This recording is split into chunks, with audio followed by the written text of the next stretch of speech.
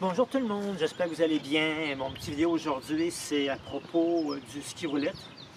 Donc en ce moment, à cause de mon travail professionnel, je peux m'entraîner uniquement 3 fois par semaine. Donc ça veut dire que ce que j'essaie de faire, c'est vraiment une musculation par semaine, des fois 2, avec du ski roulette, puis de la pliométrie. Pliométrie, c'est des mouvements de flexibilité qui permettent justement d'éviter les blessures.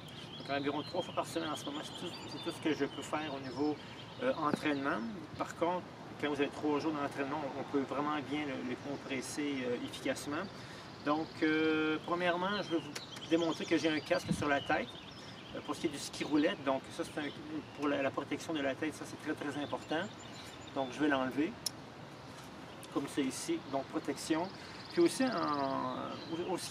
tout ce qui est ski roulette ou les routes du Québec, c'est un peu dangereux. Trouvez-vous un endroit, des pistes cyclables, un endroit où c'est bien libéré, où il n'y a pas trop de danger. Ça, c'est assez important. Donc, mon casque ici. Autre chose aussi qu'on néglige, ce sont les gants. Moi, j'ai des gants Swix ici. Ça, c'est des gants extrêmement confortables, pas trop chaud, pas trop froid, juste parfait pour les conditions en ce moment. Aussi, si on tombe, ça peut nous aider à nous relever. Ça, c'est au niveau des gants. Et puis aussi, au niveau des bâtons, ici, j'ai le Quantum 6. Ces bâtons-là, je les aime bien. C'est les nouveaux cette année, donc ils ne sont pas en carbone, en composite, mais pour le ski roulette, c'est parfait. Et puis, moi, ce que j'aime bien, c'est les petites poignées ici de Swix qu'on peut enlever. Comme ça ici, et remettre ça. J'aime beaucoup ça. Ça. Voilà, et puis, le plus important, c'est les bouts ici. Les petits bouts ici, ça fait une bonne différence. Moi, j'avais des Swix avec des petits bouts qui étaient dévissables. Ceux-là, ils sont collés, donc moi, je les trouve beaucoup plus solides. Parce qu'avec l'asphalte ici au Québec, c'est très difficile, puis il y a des crevasses. Donc, avoir un bon bout comme ça, je l'ai testé cette année extrêmement bien. Très, très satisfait. Bien entendu, au niveau du ski roulette, j'ai ça ici. Moi, j'ai une botte combi. Une botte combi, ça fait le classique et ça fait la technique, le pas de patin. Ça, j'aime bien ça. Et puis, j'ai Innovic. C'est un produit Decathlon. C'est pas si mal, mais c'est pas les meilleurs. C'est pour produit d'entrée de gamme. Au niveau qualité, là, c'est un petit peu moins solide. Par contre, ça fait bien le mouvement. Avec celle-là, c'était vraiment Innovic. Ça, c'est pour les classiques. Ça va très bien. Le double poussé, pas double poussé, le pas alternatif, c'est vraiment une bonne chose. Bien entendu, au niveau de la botte, on peut l'enlever comme ceci. Clouc. Et clouc. Voilà. Autre chose aussi, moi, ce que j'aime bien, c'est le petit vêtement qu'il y a ici. Très, très bien. On peut mettre ici la petite poche en arrière. On peut mettre de l'eau, environ 2 litres d'eau. Puis les petites poches ici, on peut mettre nos clés, on peut mettre des bâtons, des gels. Donc ça, c'est vraiment bien. Sauf que le seul problème, c'est que l'hiver, ça gèle. L'eau gèle. La petite, ça ici, le petit tuyau, il gèle. Donc c'est peut-être pas ce qu'il y a de meilleur. Moi, j'ai d'autres bouteilles d'eau pour qu'on se tient au niveau de la hanche. C'est tout. Donc ça, c'est intéressant. Et puis, au niveau de l'entraînement, vu que j'ai 58 ans, donc au niveau de l'entraînement, il faut que je choisisse bien mes choses.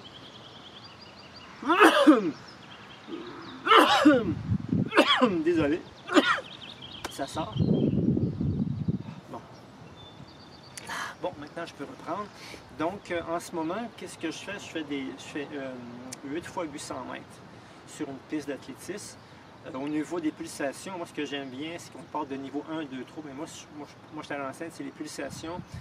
Moi j'étais à environ 160, 170, 175 de pulsation maximum. Ça c'est ma pulsation maximum, c'est un peu avant le seuil du 180 pulsations qui est vraiment le maximum. Sinon, ce que j'aime bien en distance lente, 130, 150, ça c'est mon niveau que j'ai calculé avec mon âge. Vous avez aussi les petites montres comme ça ici. Izone, c'est la compagnie Izone. Donc cette petite montre-là, eh bien, vous avez le kilométrage, vous avez les calories brûlées, mais ça, les calories, ça ne m'intéresse pas vraiment, c'est vraiment la distance, puis les pulsations cardiaques. Donc si vous voulez avoir un entraînement plus précis, c'est votre... il y a un truc mathématique que vous devez faire pour avoir vos pulsations qui sont adaptées à votre âge, ça c'est bien important. Une fois qu'on a ces barèmes-là, on peut fonctionner. Donc, quand je fais des montées, puis mes pulsations sont hors zone, donc là je diminue ou j'arrête complètement, je peux juste marcher. Ça c'est important. Il y a aussi le fartlek. Le fartlek, ça c'est avec un de mes amis, Daniel, qui est kiné, avec qui je parle aussi entraînement, parenthèse entraînement, c'est le fun de trouver un partenaire que vous avez confiance, quelqu'un qui se connaît en entraînement. C'est le fun de discuter à 2-3 personnes. Ça permet de mettre des idées ensemble, puis des fois, l'opinion de quelqu'un d'autre, ça me fait voir une autre option qu'on n'avait pas vue sur l'entraînement ou d'autres phases de la vie. Donc ça, c'est intéressant. Puis le fartlek, c'est quand vous avez une montée, une descente dans un parcours, par exemple, de ski de fond d'été, tant qu'il y a une montée, on est au maximum, puis tant qu'il y a une descente, on va tranquillement. Mais les intervalles, ça, c'est en vieillissant, c'est ce qu'on perd en premier. Puis, station cardiaque, pas si mal, mais vraiment, c'est la récupération qui est vraiment l'enjeu.